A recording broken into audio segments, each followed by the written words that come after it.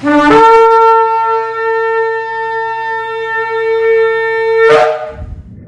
a todos. Les saludamos, ¿verdad? Desde acá, desde la congregación Beit Tefilá, la cual ubica, ¿verdad? En Candelaria, en la carretera número 2. Y que le habla es la Romana Maritza Rivera. Bendito el que vive, dándole, ¿verdad? Toda honra al poderoso, porque un día más estamos, ¿verdad? Con vida y exhortándole a aquellos que nos ven a la distancia, ¿verdad? Como dice la Escritura, que sean fuertes y valientes, que se esfuercen y que no desmayen y sigan en este jadere, en este camino, ¿verdad? Que es el que nos va a llevar a la vida eterna. Bendito el poderoso de Israel. Comenzamos con la parashá número 26, la parashá Shemini, una parashá interesante que tiene, ¿verdad? Muchos consejos, tiene, ¿verdad? También mucha información para nuestra vida hoy en día. Bendito el que vive. Y cuando leemos Shemini, ¿verdad? Y pensamos, una buena traducción es octavo, significa octavo. Y Shmoné es 8, que viene del número 8. Y hacemos una introducción, no le voy a decir que es una breve introducción, ¿verdad? Porque en estos 3 libros habla bastante, ¿verdad? De lo que acontece en el Mishkan cuando se inaugura, en el 8º día. Y dice que los Kohanim asumieron sus cargos después de los 7 días de iniciación, en el cual ellos estuvieron preparando, ¿verdad? Y en ese momento toda la congregación estaba en pie en actitud reverente frente al altar, mientras que Aarón ofrecía sacrificios por sí mismo y por la nación entera. Después hubo bendecido, ¿verdad? Después que hubo bendecido a la asamblea, Aarón se unió a Moshe en el interior del Mishkan, y a su regreso las porciones, ¿verdad?, del sacrificio que estaban aún en el altar fueron consumidas por el fuego divino. Y viendo esto, dice que el pueblo cayó de rodillas en adoración delante del Creador. Nadab y Abiú, que eran los hijos, ¿verdad?, mayores de Aarón, ofrecieron incienso sobre fuego no consagrado y no tomado del altar. Y una transgresión tal por parte de un Kohanim, que debían dar el ejemplo para el resto de la asamblea, era imperdonable. En consecuencia, ambos fueron condenados a ser consumidos por el fuego que venía de la presencia de Yahweh y murieron instantáneamente. Aarón estaba abrumado, ¿verdad?, por el dolor de esta tragedia, pero Moshe le explicó que los Kohanim tenían la responsabilidad especial de mantener el elevado nivel de Kadushá, el nivel de santidad, bendito el que vive, requerido de ellos por Elohim. O sea que los líderes a nosotros nos requieren un mayor nivel de ¿qué? De Kadushá, de santidad, más que a los discípulos, porque nosotros somos los que estamos como liderando, los que estamos llevando al pueblo, los que estamos guiándolo. Y si entonces nosotros no damos ejemplo, ¿qué hace el poderoso? Al hijo que ama, inmediatamente lo disciplina. Y a veces lo disciplina ¿de qué manera? Quitándole ¿qué? La vida. Porque Él la dio y Él la quita cuando Él quiera. Por eso nosotros tenemos que estar ¿qué? En Kadushá y entender que es una responsabilidad grande, ¿verdad? Que tenemos que estar separados. Entonces, para evitar que los restantes Kohanim se impurificasen, ¿verdad?, tocando los cadáveres, los primos de Aarón, Mishael y Elzafán, que no eran Kohanim, fueron encargados de sepultarlos. Aarón y sus 2 hijos, ¿verdad?, se quedaron ahí restantes, Elazar y Tamar, recibieron instrucciones de no manifestar aflicción para demostrar su sumisión a la voluntad de Yahweh. Y también, ¿verdad?, se advirtió a los Kohanim que no bebieran licor fuerte como lo habían hecho Nadab y Abiú antes de cumplir con sus deberes en el Mishkan o de instruir al pueblo. ¿Ve? Que no hay transgresiones sin que ellos hicieron esto, ¿verdad? Y el poderoso, pues, ellos iban a oficiar y entonces ante Abba eso era imperdonable. Una persona que está borracha, ¿usted cree que tiene el sentido de estar, ¿verdad? Poder hablar coherentemente. Entonces Aarón y sus hijos dejaron, ¿verdad?, de comer su parte de la ofrenda del pecado, llevada en nombre del pueblo, y el sacrificio se quemó completamente. Esto contradecía la orden de que una cierta porción de la ofrenda fuera comida por ellos dentro del Mishkan. Y en respuesta al reproche de Moshe, a Aarón le explicó que puesto que el corbán, la ofrenda, se había tornado impuro y no había una orden específica, ¿verdad?, de Elohim respecto a cómo actuar en ese caso, estaba entonces prohibido comerlo. Pureza y santidad, o pureza y kadushá, debían ser los principios subyacentes en la vida diaria entre los yahudí, entre los israelitas. Y eso es lo que se supone que en nosotros hoy en día estén. Esos principios no eran solamente para ellos, esos principios son para nosotros también, ¿verdad? Son unos principios de ¿qué? Principios de pureza y principios de kadushá. Usted no puede venir y presentarse ante Abba como con 20 cosas y entonces pretender que la presencia del poderoso caiga, llegue o le permita, ¿verdad?, a usted entrar a su presencia. Esto es algo más serio de lo que nosotros pensamos. Entonces, aunque tenían permitido comer carne de animales, estaban restringidos en cuanto a la elección de alimentos, pues debían abstenerse de comer productos impuros, no kosher. No kosher son productos, ¿verdad?, que usted no debe de comer porque están prohibidos en la Torah según Levíticos 11. Solo debían ingerir carne de aquellos cuadrúpedos que tenían completamente divididos los cascos y eran rumiantes. Y esto significaba que especies como el camello, la liebre y el cerdo estaban prohibidas y están prohibidos todavía. O sea, esto no pasó, esto está todavía prohibido. En cuanto a peces, solo debían comer los que tenían aletas y escamas. Esto excluía los moluscos como... ¿cuáles moluscos? Los carruchos, los pulpos, esas cosas no se comen. Todas esas cosas tienen un propósito. Y otras especies semejantes, ¿verdad? Los camarones, las langostas, que algunos dirán, ay, pero eso que a mí me encanta. Pues ya no le encante más nada, porque eso en Levíticos 11 dice que usted no lo debe de comer. Además, ¿son qué? Los camarones son las cucarachas del mar. Así que usted está prohibido, ¿verdad?, comer estas cosas. Entonces, en cuanto a los pájaros, los de rapiña fueron declarados prohibidos. Algunos insectos y criaturas que se arrastran fueron clasificados como impuros. Por ende, se hizo una distinción, ¿verdad?, entre lo impuro y lo puro, y entre los animales que pueden ser comidos y los que no pueden ser comidos. Pero como hoy en día, ¿verdad?, la gente como que entiende que cualquier animal que vea se lo pueden comer. Por ejemplo, las iguanas, eso no se come. Las iguanas en su piel están llenas de bacterias y las personas se comen las iguanas y sabe a pollo, todo le sabe a pollo. Y es un reptil y tiene 4 patas y eso no se come. Bendito el que vive. Hasta ahí esa introducción, ¿verdad? Vamos entonces a entrar de lleno a la parashá en el capítulo 9, versículo 1, donde dice ahí, ¿verdad?, en Levítico, en Vayikra, dice: aconteció en el 8º día que Moshe llamó a Aarón, a sus hijos y a los ancianos de Israel.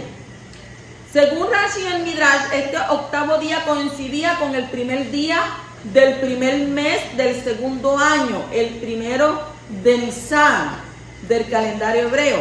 Eso lo vemos en Shemot, Éxodo 42 y 17. Y dice que fueron 7 días de entrenamiento y al 8º día ya tenían que usar el santuario. Cuando pensamos, ¿verdad?, en este número 8, en el 8º, dice que el 8º día que siga un periodo de 7 días es un día especial e interesante en las escrituras. El día de la circuncisión de los niños varones, que en hebreo es la Brit Milá, a los niños se les circuncida al 8º día. A los 8 días, ¿verdad?, pues podemos, ¿verdad?, hacerle la circuncisión. El 8º día después de la fiesta de Sukkot, ¿cómo se llama? Shemini Atzeret, ¿verdad? y la festividad de Hanukkah, que también son 8 días.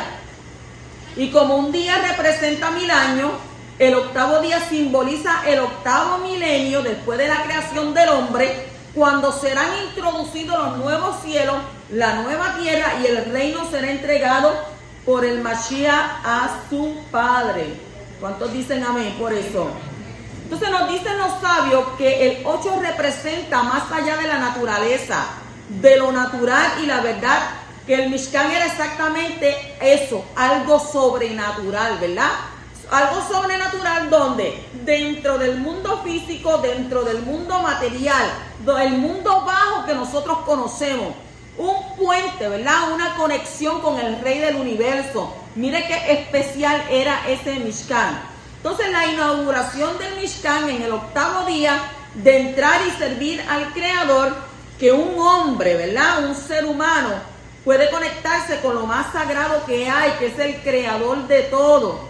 Y por eso es 8, que es más allá de la naturaleza.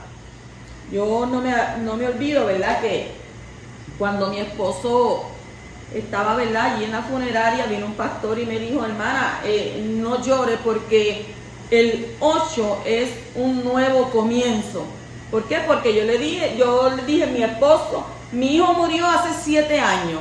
Después de 7 años, ahora muere mi esposo. Entonces él dice, ahora el octavo es un nuevo comienzo para su vida. Bendito sea el que vive, y así mismo ha sido, ¿verdad? Es algo nuevo para mí en esta experiencia que estoy viviendo. Y continuamos en el capítulo 9, versículo 2, y dice, y dijo a Aarón, toma un becerro para la ofrenda por el pecado y un carnero para la ofrenda de ascensión sin defecto, y ofrécelos delante de Hashem. ¿Qué sucede con esto? Ahora le toca ¿qué? Le toca a Aarón sacrificar por primera vez en su vida. Lo primero que tenía que sacrificar era ¿qué? Un becerro para la ofrenda por el pecado. Y normalmente, ¿verdad? Se daba un toro por el pecado de un cohen, un sacerdote, pero ahí en Levítico 4:3, pero aquí a Aarón tendrá que ofrecer un becerro. Y según el Midrash, y Rashi dice que esto fue con el propósito de expiar por el pecado de ¿qué? Del becerro de oro. Y no obstante, ¿verdad? Sifra destaca que ese pecado ya había sido perdonado por la intercesión de Moshe. Usted sabe que a Aarón se vio obligado a confeccionar ¿qué? Un becerro de oro porque Moshe se tardaba. Pero ¿quiénes fueron los que impulsaron esto? Los Eretz Rab que salieron de la tierra de Misrayim. No fueron los israelitas así como dos, sino la gente de otras naciones que salieron juntamente con ellos, que entendieron los milagros, ¿verdad?, que el poderoso había hecho. Y a causa de esto, ¿qué sucedió? Ellos fueron influenciados, ¿para qué? Porque como Moshe no bajaba, pues fueron influenciados para hacer un dios, un ídolo. ¿Para qué? Para ellos adorar y que fuera el que los guiara. Mire eso. A veces el ser humano, ¿verdad? Nosotros no los entendemos porque es tan complicado. Porque si se le complacen, gritan. Y si no se le complacen, también grita. Y si le acuestan, grita. Y si se para, grita. Y de cualquier manera, grita. Esto es como el matrimonio. El marido le abre la puerta. ¿Y para qué me abre la puerta? Yo no soy ningún inútil. Y el día que no le abre la puerta, muchacho, tú no eres caballeroso, no me abres la puerta. Le invita a comer y le dice, vamos a comer.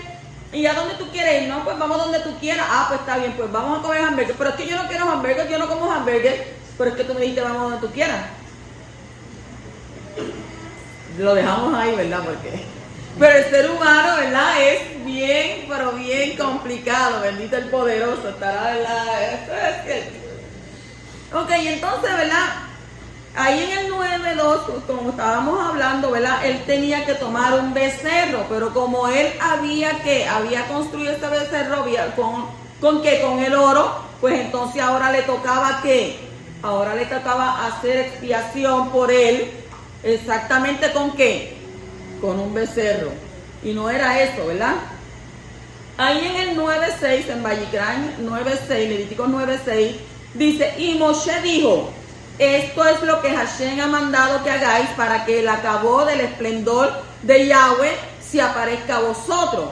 Y estos son los pasos a seguir para poder experimentar el esplendor o el acabó de Abacadosh. Número 1. Esto es lo que Yahweh ha mandado, el estudio de la Torá. Número 2. Que hagáis la obediencia a la Torá con motivos correctos. Y número 3, el esplendor, la gloria o la kabod de Abba se aparezca a vosotros. Esto quiere decir que el resultado va a ser de los dos primeros. ¿Cuál era el primero? Como dijo él, esto es lo que Yahweh ha mandado, el estudio de la Torá. Número 2, que hagáis la obediencia a la Torá con motivos correctos. Y número 3, el esplendor o la kabod o la gloria de Yahweh o de Hashem que se aparezca a vosotros. Y el resultado es de ¿qué? De los dos primeros. Y continuamos, ¿verdad? En el capítulo 9, versículo 7. Dice, entonces Moshe dijo a Aarón, acércate al altar y presenta tu ofrenda por el pecado y tu ofrenda de ascensión para que hagas expiación por ti mismo y por el pueblo.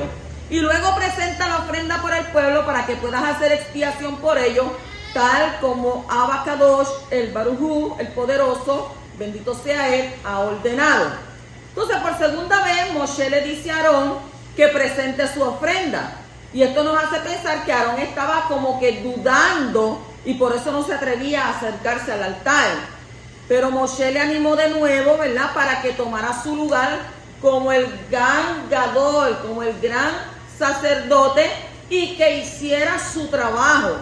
Entonces esta escritura nos enseña que no debemos avergonzarnos demasiado por nuestros pecados, sabiendo, ¿verdad?, que Yahweh ha provisto como un sacrificio perfecto para que podamos tener acceso ¿a qué? Al servicio sagrado delante de Él. Y Yahweh había perdonado, ¿verdad?, a Aarón. Si no, no lo hubiera cogido entonces como un cojén, ¿verdad? Si Él no lo hubiese perdonado por el pecado del becerro. Y entonces es posible que Él haya tenido mala conciencia, ¿verdad?, y vergüenza por su gran pecado.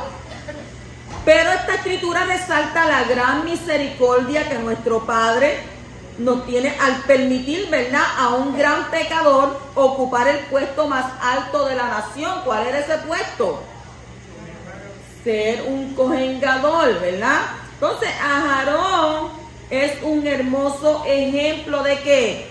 De perdón, de la misericordia de nuestro Padre. Así que siempre tenemos que, siempre va a haber misericordia de parte de Él, porque dice su palabra, con corazón contrito y humillado, Él no lo desprecia. Entonces dice en Jeremías y en Miyá, capítulo 31, versículo 34, perdonaré su maldad y no recordaré más su pecado. Pero este texto nos enseña que cuando Abba perdona, también hace olvidar nuestro pecado. Sin embargo, conforme uno va creciendo en el Ruach, en el Espíritu, se da cuenta de la gravedad de los pecados, ¿verdad? Que el que tiene conciencia y entiende, ¿verdad?, que uno ha cometido pecados en el pasado y han sido, ¿verdad?, como en este momento tú vienes delante de Él, te da vergüenza de ver lo que hiciste atrás. Y dice, wow, porque a veces nosotros en la juventud, ¿verdad?, como que se ponen rebeldes, hacen lo que quieren, como quieren y nadie los detiene. Hasta que, ¿verdad?, tropiezan con el poderoso. Por eso está escrito en el Salmo 25:7. No te acuerdes de los pecados de mi juventud, ni de mis transgresiones. Acuérdate de mí conforme a tu misericordia, por tu bondad, oh poderoso. Aleluya. Y el hecho de recordar el pecado de la juventud viene del Ruach, viene del Espíritu de Yahweh, ¿verdad?, que nos va instruyendo acerca de todas las cosas.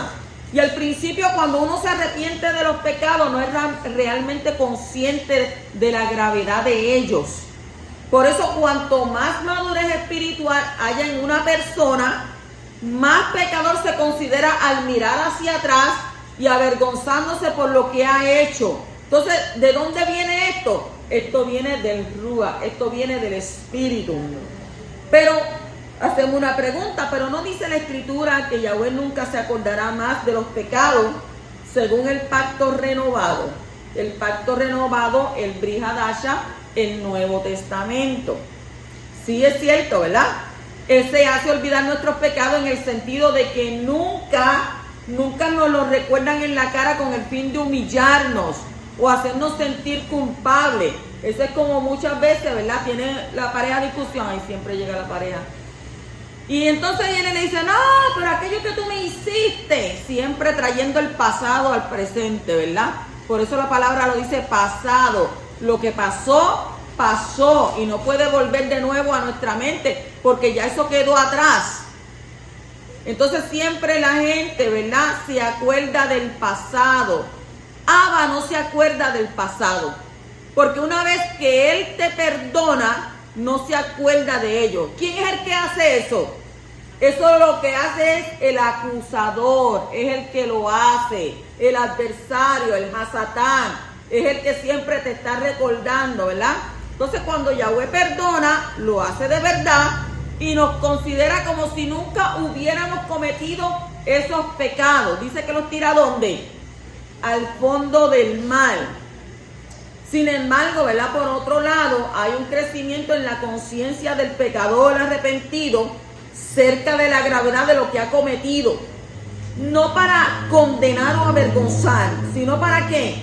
Para enseñarlo acerca de la inmensa misericordia del poderoso y el resultado poderoso de la redención del Mashiach. Y el Ruach, ¿verdad?, de Yahweh también nos hace recordar lo que hemos hecho para que no nos orgullezcamos, sino nos mantengamos humildes.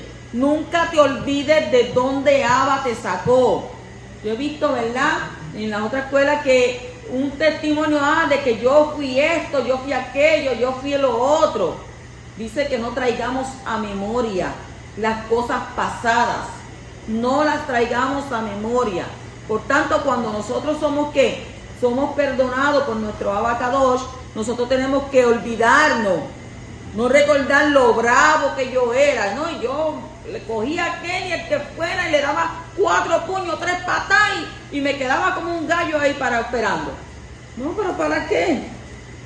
Eso no lo podemos, ¿verdad?, estar recordando. ¿Por qué? Porque cuando vienes a este camino, la Escritura te dice que tienes que amar a tu prójimo como a ti mismo, que tienes que tolerarlo, que tienes que soportarlo. Por eso a veces este camino se hace difícil. Entonces, en la forma en que tú eras antes, por esa forma es que Abba va a comenzar a moldearte. Si tú eras una persona que tú no tolerabas de que te dijeran hi, pues entonces acá te van a decir ja, hey, ho. Y tú tienes que ¿qué? Guardar silencio delante de él, como dice la Escritura, ¿verdad? Guardar silencio. Bendito el poderoso. Continuamos en el capítulo 9, versículo 22. Donde dice, entonces Aarón alzó sus manos hacia el pueblo y los bendijo, y después de ofrecer la ofrenda, la corbán por el pecado, la ofrenda de ascensión y las ofrendas de shalom, de paz, dice que descendió. Entonces aquí vemos cómo Aarón bendijo al pueblo. Según Rashi, él usó las palabras de la bendición de los Kohanim. ¿Cuál es esa? En hebreo la Birkat Kohanim, que se encuentra en Números capítulo 6, versículos 24 y 26. Y ahí está escrito: el poderoso te bendiga y te guarde, el poderoso haga resplandecer su rostro sobre ti y tenga de ti misericordia, y Yahweh alce sobre ti su rostro y te dé paz, te dé shalom. ¿Cuántos dicen amén? La recibo. Entonces en el 9:23, capítulo 9, versículo 23, vamos un poquito, ¿verdad?, aceleradito porque es bastante. Dice, y Moshe y Aarón entraron en la tienda de reunión. Cuando salieron y bendijeron al pueblo, dice que la kabod, la gloria, el esplendor de Abba apareció a todo el pueblo, su Shehinah. Entonces dice que el poderoso había prometido mostrar su esplendor en ese día. Pero a pesar de que Aarón había cumplido todo lo que le tocaba hacer y luego bendecía al pueblo, dice que la Shehinah no bajó. No vino la kabod de Abba. Y en ese momento pudo haber dudado, ¿verdad?, del perdón de Yahweh hacia él, y si realmente había cumplido con lo establecido en cuanto a cada sacrificio. Y también podía haber dudado si realmente valía para el puesto de gran cojén, de gran sacerdote sobre la nación de Israel. ¿Y por qué el Acabot no se mostró cuando Aarón había hecho todo, sino solo cuando Moshe y Aarón juntos bendijeron al pueblo? Rashi presenta dos razones por las cuales Moshe le acompañó a Aarón al lugar Kadosh. Número 1, dice que entraron en el Mishkan para que Moshe le enseñara cómo quemar el incienso. Y número 2, dice que entraron en el santuario para suplicar juntos que Abba enviara su Shekinah y enviara su presencia manifestada. Y dice que el Acabot de Abba vino solo cuando los dos hermanos se unieron para bendecir al pueblo juntos.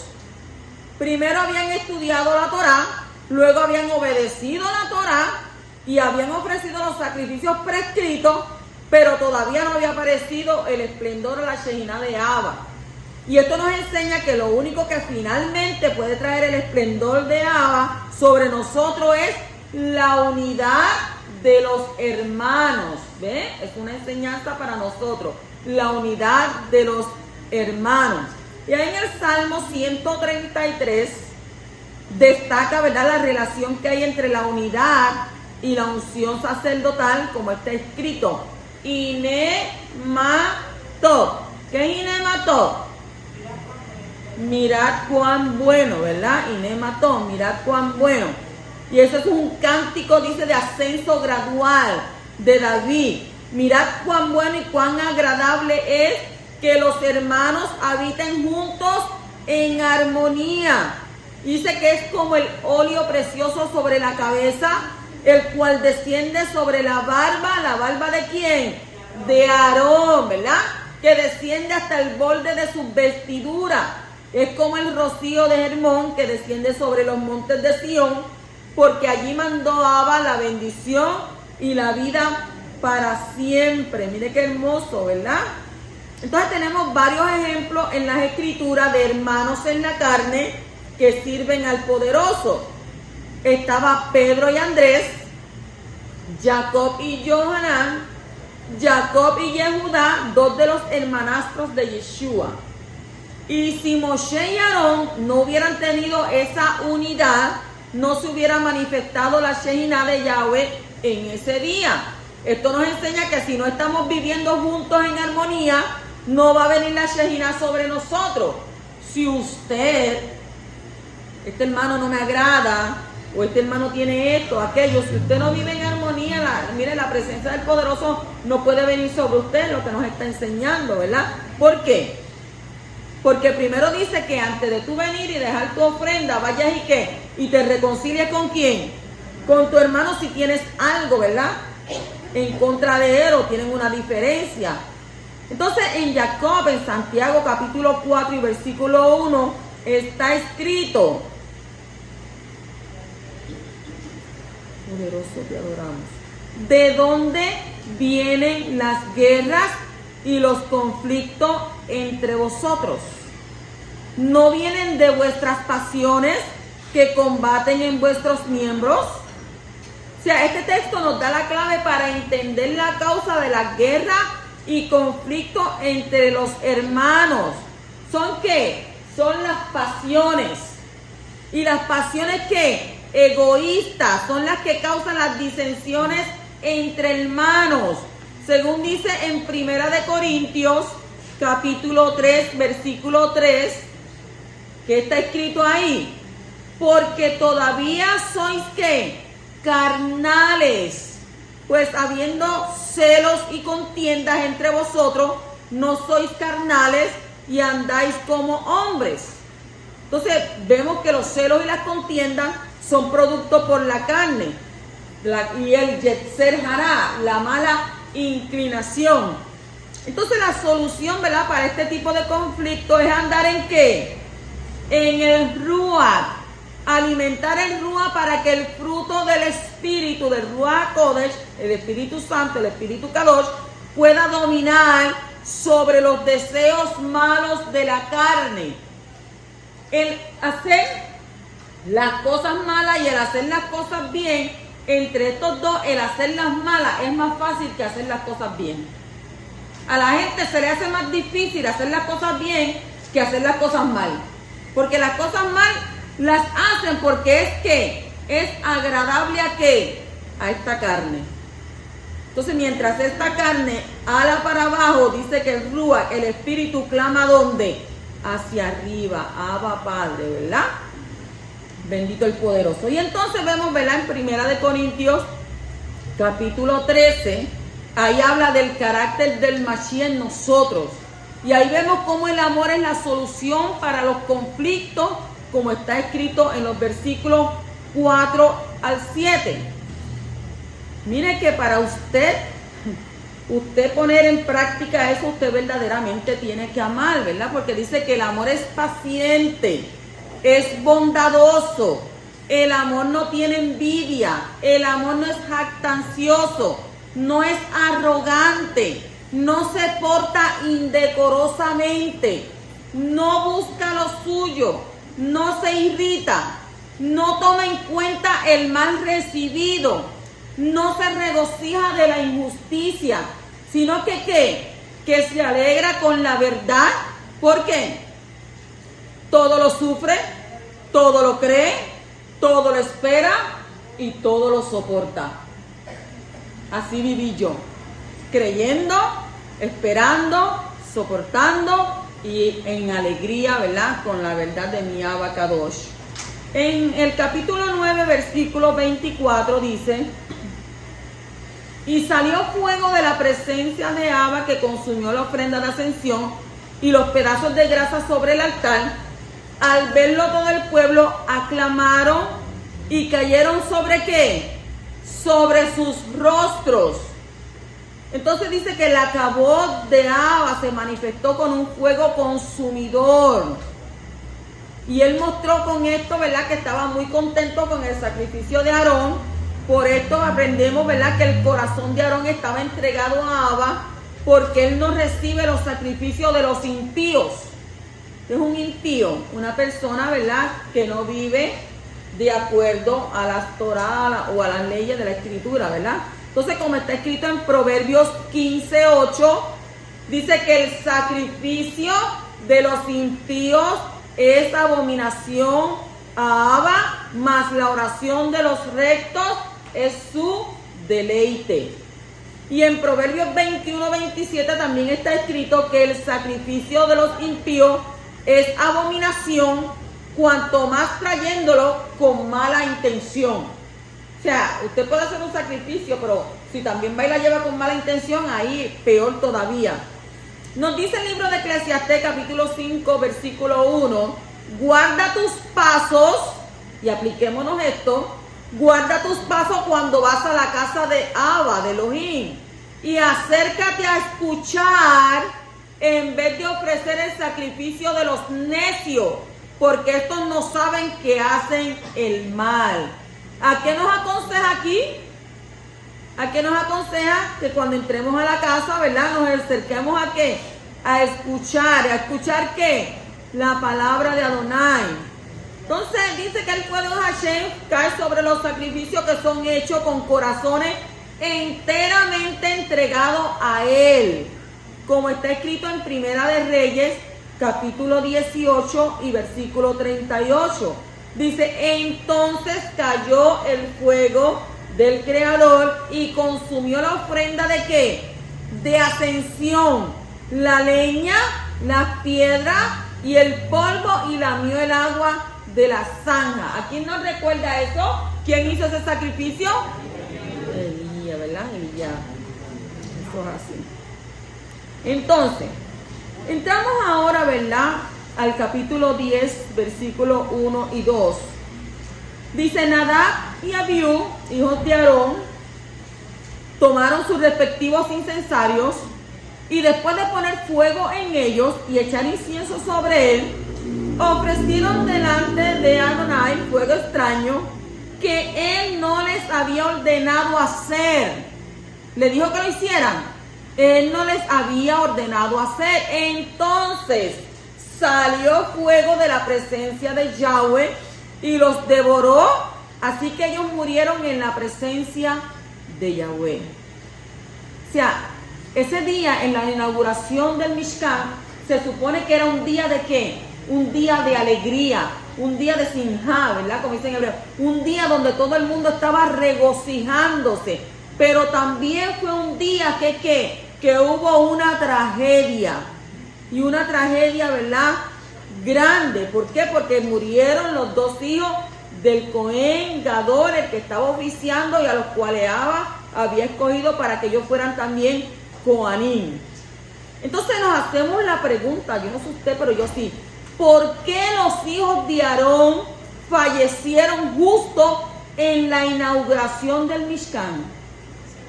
¿Por qué los hijos de Aarón fallecieron justo en la inauguración del Mishkan? ¿Por qué Abba decidió que fallezcan en un día tan importante, en un día tan alegre como el día de la inauguración del Mishkan? ¿Cuál es el mensaje que nos quiso enviar el Creador a través de esto?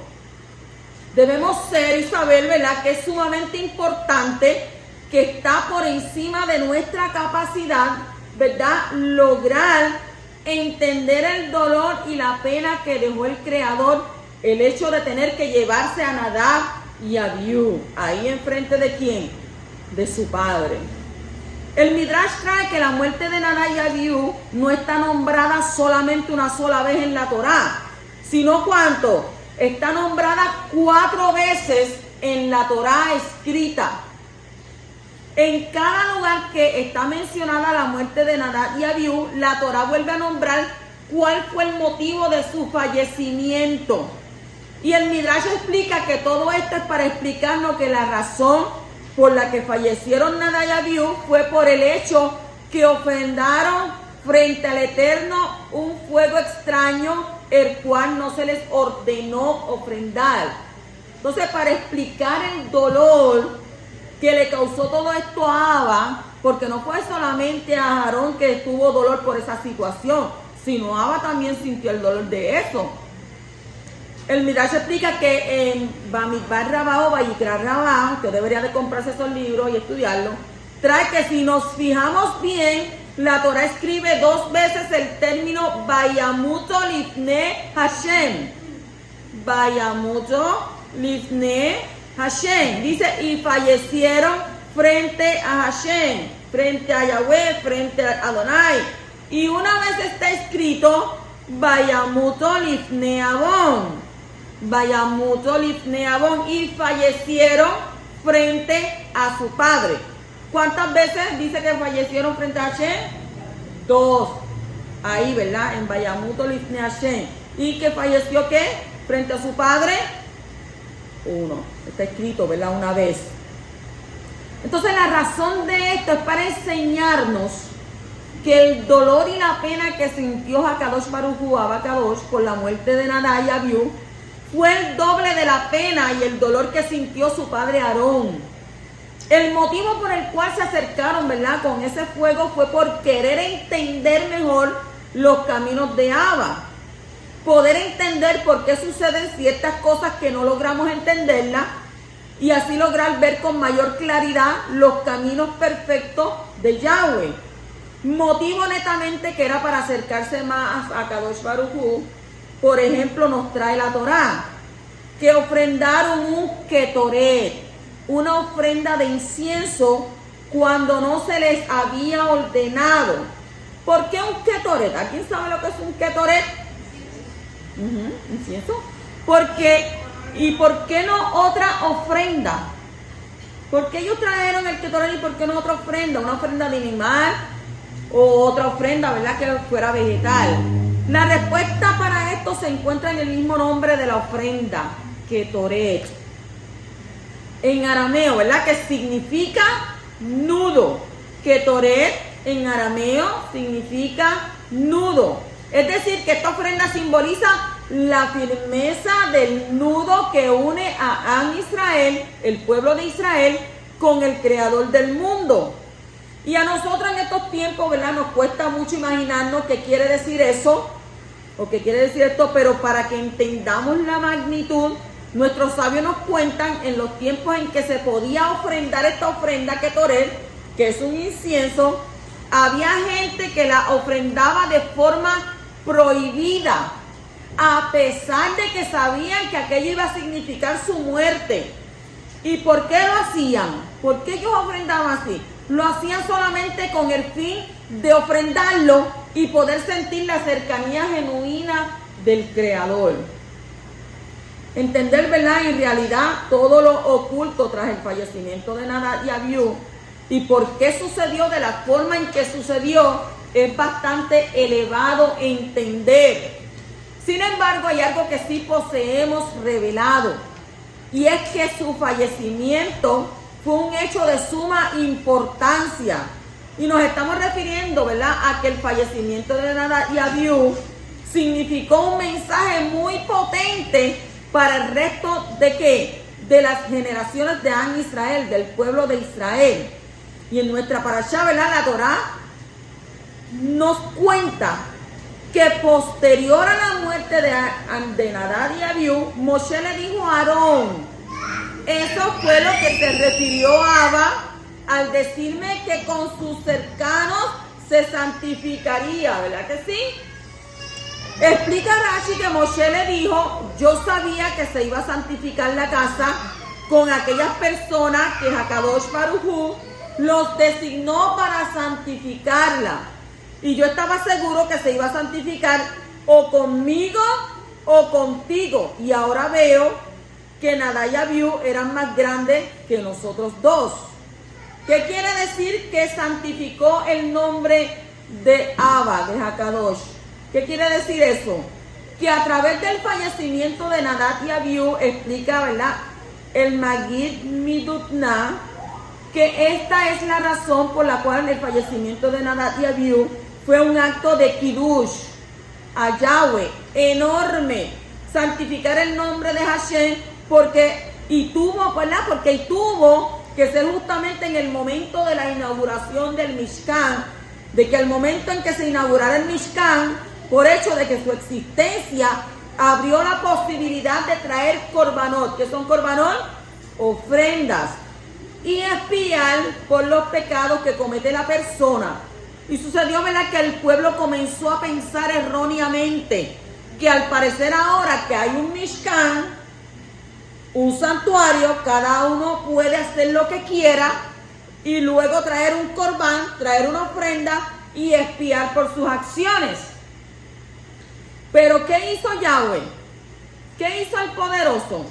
Dentro de su inmensa sabiduría, decidió llevarse en aquel momento, en aquel día, a Nadab y Abiú, quienes debían pagar las consecuencias de sus actos. Y que se logra a través de esto, a través del fallecimiento, se logró enviar un mensaje muy potente a toda la congregación de Am Israel.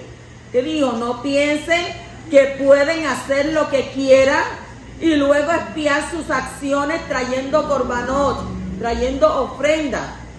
La vida no funciona así, sino que deben tener claro que el juicio celestial será aplicado a toda persona que piense que puede hacer lo que desea.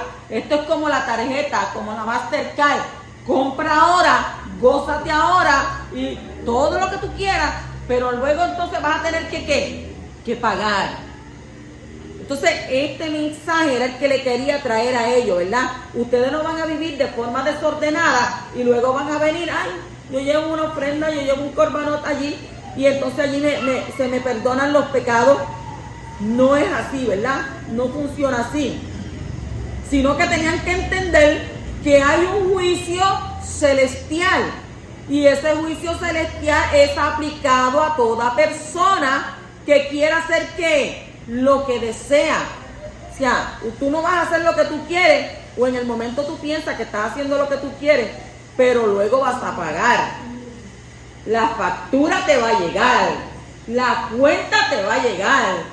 O sea, te puedes arrepentir porque es misericordioso, pero tus acciones, dice la Torá, que vas a pagar, ¿por qué? Por ellas. ¿Cuánto lo han leído en la Torá? Que pagaremos por nuestras acciones. Y entonces cuando pagamos con nuestras acciones, a veces hasta nuestra vida, Abba nos la quita. Por eso que a veces, ¿verdad?, las personas se van jóvenes, antes de tiempo, porque hay veces que el poderoso no tolera el pecado en una persona donde no hay arrepentimiento. Y mucho peor es en una persona que pueda venir a congregarse, que pueda decir que está delante de Abba, que le ama, que aquello, que lo otro, y entonces en la parte de allá afuera vivir otra vida como desordenadamente. ¿Usted cree que Abba no le está viendo? ¿Usted cree que Abba no le va a hacer juicio? ¿No le va a facturar a usted? Porque aquí esto dice que Abba es ¿qué? Celoso. Eres el Cana, eres celoso. Tú tienes libre albedrío, pero nosotros dice la Escritura que no podemos estar sirviéndonos de la mesa del poderoso y de la mesa de los demonios. No podemos hacer eso. Entonces, ¿qué tenemos que hacer nosotros? O eres de Abba, o eres de ¿qué? De la parte negativa, de Yetzer Hará. Entonces, Abba, lo único que quiere para nosotros es ¿qué? ¿Qué es lo único que Él quiere? Él quiere que usted se salve, que usted sea obediente, que usted le siga. Entonces, explica, ¿verdad?, el Magid Miduna, que fue mérito del fallecimiento de Nadab y Abiú, que todo el pueblo continuó conformándose o comportándose de forma correcta por el resto de las generaciones hasta el día de hoy. Y si no fuera porque Abba se lo llevó, el pueblo podría haber caído en un error. En el error, ¿verdad?, de que ellos ¿qué? Ellos viven como que yo vivo como yo quiera. Mire que muchas personas, ¿verdad?, hablan sobre eso. Yo hago lo que a mí me da la gana, yo vivo como a mí me da la gana, a mí no me manda nadie por encima de mí ni el sombrero porque no lo uso. Pero estás equivocado. Por encima de ti hay uno más grande que tú. Es el creador del universo, el que te creó. Ese es más grande que tú. Y acuérdate siempre que donde tú vayas siempre va a haber alguien por encima de ti. No, por encima de mí no. Sí, por encima de ti sí. Por encima de ti sí. Si el creador está por encima de ti, cuando entonces tú eres un maestro, está el superintendente. Cuando eres un trabajador regular, tienes el jefe. Cuando estás en la escuela y eres estudiante, tienes un maestro. ¿Están o no están por encima de ti? Y aquellos que viven en su casa, que la mujer a veces está por encima de ellos. Eso es un desorden, ¿verdad? Eso es un desorden porque eso no es lo que dice la Torá. La Torá dice, ¿verdad?, que la mujer tiene que sujetarse a su marido. Bendito el que vive. Entonces, ¿qué podemos aprender de todo esto, verdad? Eso es para que usted se ría un poco. Vemos que debemos, ¿verdad?, ser sumamente cuidadosos al momento en que juzgamos las acciones del Creador. ¿Qué digo? Que debemos ser sumamente cuidadosos al momento en que juzgamos las acciones del Creador. Algunas veces vemos, ¿verdad?, o vivimos cosas que son prácticamente inentendibles frente a nuestros ojos, ¿verdad?, que se ven como cosas terribles, tragedias insuperables. Sin embargo, nos queda mucho por entender, tal como lo vimos respecto, ¿verdad?, al ofrecimiento de Nadab y Abiú. Nos queda mucho por entender que detrás de esas cosas que se ven tan terribles frente a nuestros ojos se esconde un resultado totalmente favorable para nosotros. O sea, es decir, dentro de lo que se ve como un castigo y como un acto de juicio, se esconde el beneficio más grande para la persona, tal como lo hizo con la inauguración del Mishkan, donde podríamos ver, ¿verdad?, o haber pensado que la muerte de Nadab y Abiú fue nada más que un castigo, y no es así. A veces nosotros pasamos por situaciones terribles que no las podemos entender, ¿verdad? Como yo le digo, yo no puedo entender, primero mi hijo, luego mi esposo, no sé qué está pasando, pero es porque Abba algo va a traer en nuestras vidas, ¿verdad? Que nos va a adelantar. Y nosotros, ¿sabes? Tenemos que entender que las cosas que Él nos da son ¿qué? Son prestadas. Todo lo que usted tiene es prestado del Poderoso, porque usted sin nada vino y sin nada se va a ir. O sea, yo tuve a mi hijo prestado por 25 años, tuve a mi esposo prestado por 29 años, o sea, casi toda una vida. Y es difícil, ¿verdad? Cuando queda ese espacio vacío, cuando ya no está esa presencia. Pero no podemos, ¿verdad?, reprocharle a Abba Kadosh por las acciones, por la determinación que Él toma. Ni podemos decir, pues mira, mejor me hubiera llevado a mí o mejor hubieras hecho esto. No, no. Él es el soberano. Él decide y Él hace como Él quiere. Y nosotros no podemos cuestionarle. ¿Quién es este envase, este recipiente para cuestionar al alfarero que lo hizo? No podemos cuestionarle, y eso lo vemos en el libro de Job, ¿verdad? Cuando Abba le dice, ¿dónde estabas tú? Le digo a Job, ¿dónde estabas tú cuando yo estaba creando este mundo? ¿Dónde estabas tú cuando yo le dije al mar, hasta aquí tú vas a llegar? ¿Dónde estabas tú cuando yo le dije a los depósitos de nieve que van a estar aquí? ¿Dónde estabas tú? Y sigue preguntándole. Lea el libro de Job, qué interesante. ¿Dónde estabas tú? ¿Y dónde estás tú para cuestionar a Abba Kadosh con lo que Él haga? Todo lo que haga, él lo hace todo para bien. Y todo lo que hace es perfecto. Aunque nuestro pensamiento finito, ¿qué pasa? ¿Qué pasa con nuestro pensamiento finito?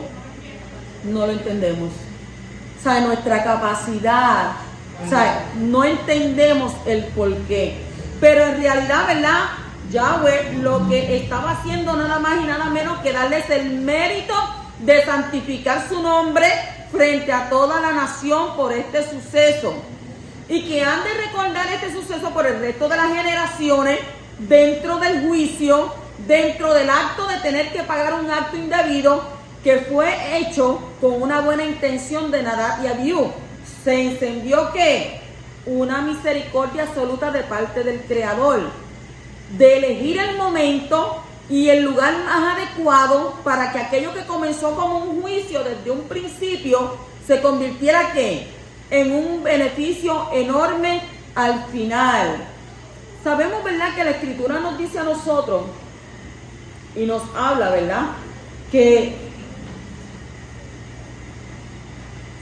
Abba le dijo a Aarón, le dijo a Moshe, le dijo a Aarón y a sus hijos, no quiero aflicción. ¿Qué es aflicción? Tristeza, dolor, llanto, angustia. Le dijo, no quiero aflicción a él y a sus hijos. Y yo estudiando esta Torá, que me cogió muchísimas horas estudiando esta Torá, yo empecé a llorar y a llorar y a llorar y no me podía detener porque yo me puse en la posición de Aarón. El solo hecho de él ver a sus dos hijos ahí, que le quemaran sus dos hijos enfrente de su cara, en un día donde debía ser un día de alegría, donde sus hijos iban a comenzar, ¿verdad?, a ser coanín, a ser, ¿verdad? Pero ¿qué sucede? Y al Abba decir, no quiero aflicción, porque Moshe le dijo, si ustedes caen en aflicción, están diciendo que la voluntad de Yahweh, la voluntad del Poderoso, de lo que Él hizo, está cuestionable y está mal. Y yo digo, wow, ese hombre, el tener que no llorar, el no afligirse, el no tirarse al piso, porque aquellos que son padres y aquellos que son madres que aman a sus hijos y que le pase cualquier cosa a sus hijos delante de su presencia, delante de usted, ¿cómo usted se sentiría? O sea, no es lo mismo uno que lo ha vivido a uno que todavía no lo ha podido vivir. Pero aún así, cuando un hijo de usted se le enferma, o un hijo de usted, ¿verdad?, se siente, ¿de qué manera? Se siente en un hospital, siente, ¿verdad?, que lo está perdiendo, que está demasiado enfermo, que no puede. Mire, es una angustia y un dolor. Cuando a mí me mataron a mi hijo, yo dije, ¿En qué yo fallé? Yo no lo cuidé bien. Pero no, mi esposo me decía, no puedes decir eso. Tú lo cuidaste bien y tú estuviste con él, ¿verdad? Hasta donde tuviste que estar con él. Pero si fue el propósito del poderoso que fuera de esa manera y determinó de esa manera, porque antes se morían los ¿qué? Los primogénitos. Y si usted se da de cuenta, ahora se mueren ¿qué? Los pequeños. Tanta gente que yo conozco, se me murió mi hijo pequeño, se me murió mi hija pequeña. ¿Sabe qué? Abba castiga con lo más que tú quieres. Con lo más que tú quieres. O sea, cuando nosotros le sirvamos al poderoso, que nosotros le sirvamos con corazón sincero, con corazón limpio, que nosotros no juguemos a engañarlo a él, porque su palabra dice que él no puede ser burlado, él no puede ser engañado. O sea, a veces pensamos que podemos burlarnos y no es así. No nos podemos burlar del poderoso. Entonces, ¿qué tenemos que hacer nosotros? Cuando lleves tu ofrenda, cuando lleves tu tefila, cuando lleves tu oración delante del poderoso, que sea una ofrenda sincera.